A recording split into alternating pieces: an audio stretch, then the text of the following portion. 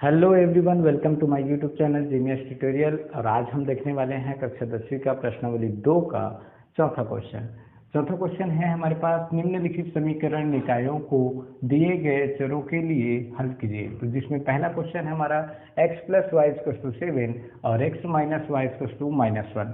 चलिए इस क्वेश्चन को हम सॉल्व करेंगे। तो यह जो सॉल्यूशन होगा उसको किस तरीके से लिखेंगे, देखिए सबसे पहले आप क्या लिखेंगे, समीकरण 1 से x का मान निकाल लीजिए या फिर y का मान निकाल लीजिए और जो भी मान आएगा उसको समीकरण 2 में रख दीजिए। तो देखते हैं, सबसे पहले मैं समीकरण 1 से x का मान निकाल लेता हूं। तो x का मान निकालूंगा तो क्या होगा, ये जो y है वो पक्षांतर होके यहाँ पे माइनस के रूप में आ जाएगा, जो प्लस है वो माइनस हो जाएगा। तो x = क्या हो जाएगा हमारे पास, 7 - y हो जाएगा। अब इस वैल्यू को समीकरण 2 में रखेंगे। तो यहाँ पे हम लिखेंगे x का मान समीकरण 2 में रखने पर, तो समीकरण 2 में रखेंगे तो क्या मिलेगा, आइए देखते हैं। तो यहाँ हमारे पास है x, तो x का वैल्यू हम रखेंगे यहाँ पे, तो 7 - y यहाँ पे रख दिए। फिर हमारे पास क्या है, -y है। फिर राइट साइड में कितना है, -1 है। तो इस तरीके से हम देखेंगे और यहाँ पे हो जाएगा 7 - y कोष्टक हल कर दिया और राइट साइड में हमारे पास है -1। अब हम क्या करने वाले हैं, तो देखिए y जो होगा यहाँ पे -y है और यहाँ पे -y है। तो अब इन y को क्या करिए, राइट साइड ले जाइए, पक्षांतर कर दीजिए और इस -1 को लेफ्ट साइड लाइए। तो जो माइनस होता है जब हम पक्षांतर करते हैं तो प्लस हो जाता है। तो इसलिए ये जो y है ये भी इधर आएगा तो प्लस हो जाएगा और यहाँ भी ये हो जाएगा प्लस हो जाएगा। तो यहाँ से ये वैल्यू जो होगा वो 8 हो जाएगा और यहाँ पे जो वैल्यू होगा वो 2y हो जाएगा, 2y हो जाएगा, है ना। तो फिर 8 = 2y, तो यहाँ से हम लिखेंगे कि 2y = 8, सो y = होगा 8/2, है ना। तो 8/2 हो जाएगा। फिर इसको डिवाइड कर दीजिए तो आपका आंसर आया 4। तो y का वैल्यू क्या आ गया, यहाँ पे 4 आ गया, है ना। अब हमको क्या करना है, इस y के मान को आप समीकरण 1 में रख दो या 2 में रख दो, आपका आंसर आ जाएगा, x का मान आ जाएगा, है ना। तो हम क्या करते हैं कि y का जो मान है उसको हम समीकरण 1 में रखेंगे। तो इसलिए हम लिखते हैं समीकरण 1 से x लिखेंगे प्लस लिखेंगे y का मान क्या है, 4 है, तो उसको रख दीजिए और राइट साइड में अपना क्या है, 7 है, तो उसको हम ऐसे 7 लिखेंगे। तो यहाँ से आपका आंसर आ जाएगा 7 - 4, दैट इज x = 3। तो इस तरीके से हम इसको सॉल्व करेंगे। तो हमारा आ गया सॉल्यूशन, क्या हो गया, x का मान 3 और y का मान 4। तो ऐसे ही हम इस क्वेश्चन को हल करेंगे। आइए हम देखते हैं नेक्स्ट क्वेश्चन को। बाकी आप लोग दो क्वेश्चन आपके लिए होमवर्क देता हूं, इसी का दूसरा और तीसरा आप बना कर देखेंगे। मैं आप लोगों को चौथा क्वेश्चन बता रहा हूं क्योंकि चौथा क्वेश्चन में करणी आ गया है, तो करणी की वजह से आप लोग थोड़ा सा उसमें आपको लगता है कि कठिन है, ऐसा लगता है, इसलिए मैं उसको चौथा क्वेश्चन को आपको बताने वाला हूं। तो आइए देखते हैं फिर चौथा क्वेश्चन क्या है।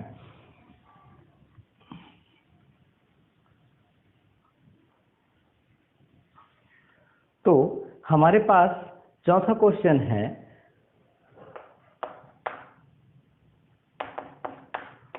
रूट 7x और रूट 11y = 0 और ऐसी है रूट 3x, फिर है माइनस रूट 5y = 0। तो ये जो है हमारे पास, इस क्वेश्चन को सॉल्व करने के लिए हम कौन सा मेथड उपयोग करेंगे, विलोपन विधि, जो कि मैं अपने जस्ट पहले वीडियो में बताया था आप लोगों को।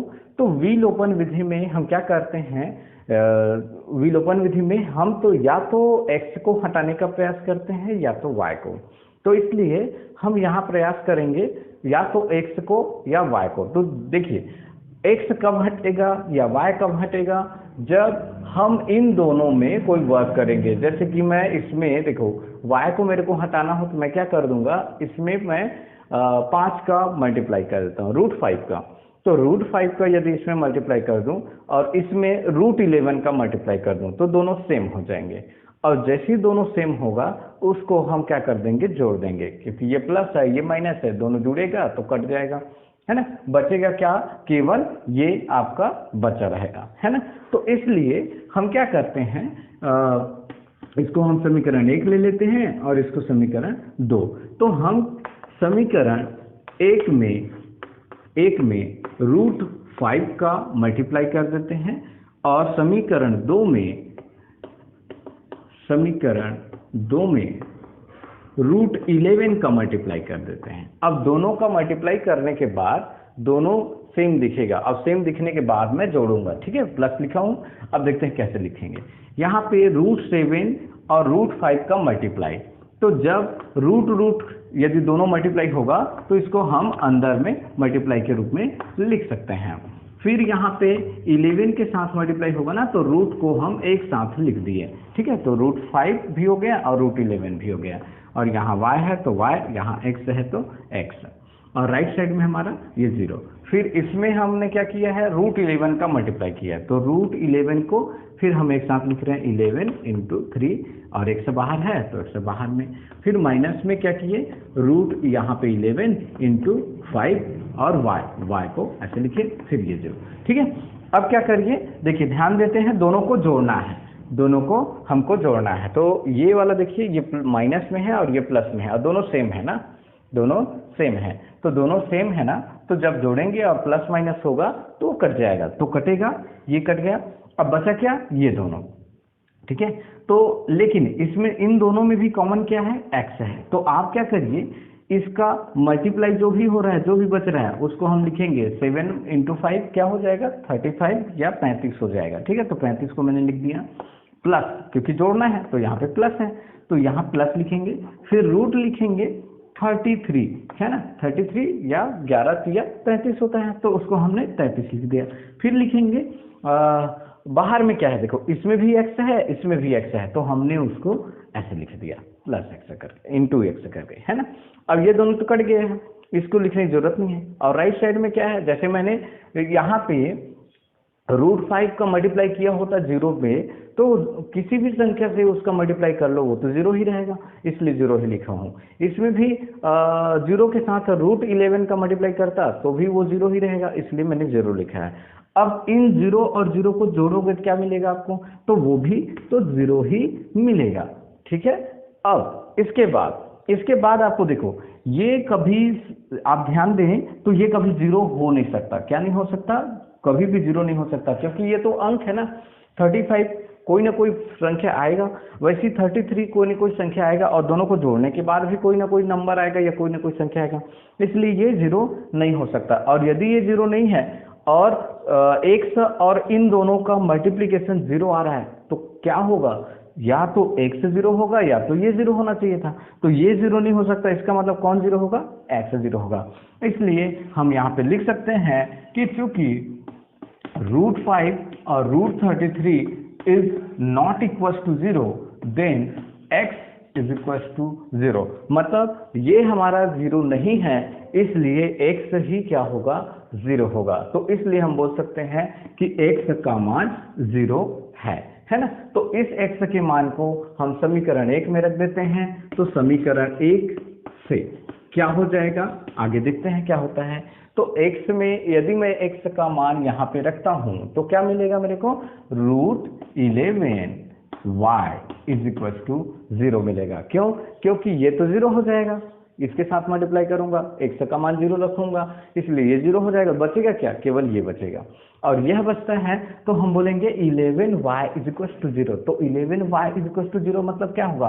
ध्यान दें, तो 11 तो इक्वल टू 0 हो ही नहीं सकता, क्योंकि वो 0 नहीं होगा, क्योंकि वो तो उसका कोई ना कोई तो नंबर आएगा, है ना। 11 का रूट निकालेंगे तो कुछ ना कुछ तो नंबर आ रहा है, इसलिए हम बोलेंगे ये नॉट इक्वल टू 0। और नॉट इक्वल टू 0 हुआ, इसका मतलब क्या होगा? कोई भी दो संख्या का मल्टीप्लीकेशन जब 0 हो रहा है और एक नॉन जीरो है तो दूसरा 0 होना तय है, तभी वो 0 आया होगा, है ना। तो इसलिए हम बोलेंगे कि यहाँ जो y है वो क्या आएगा?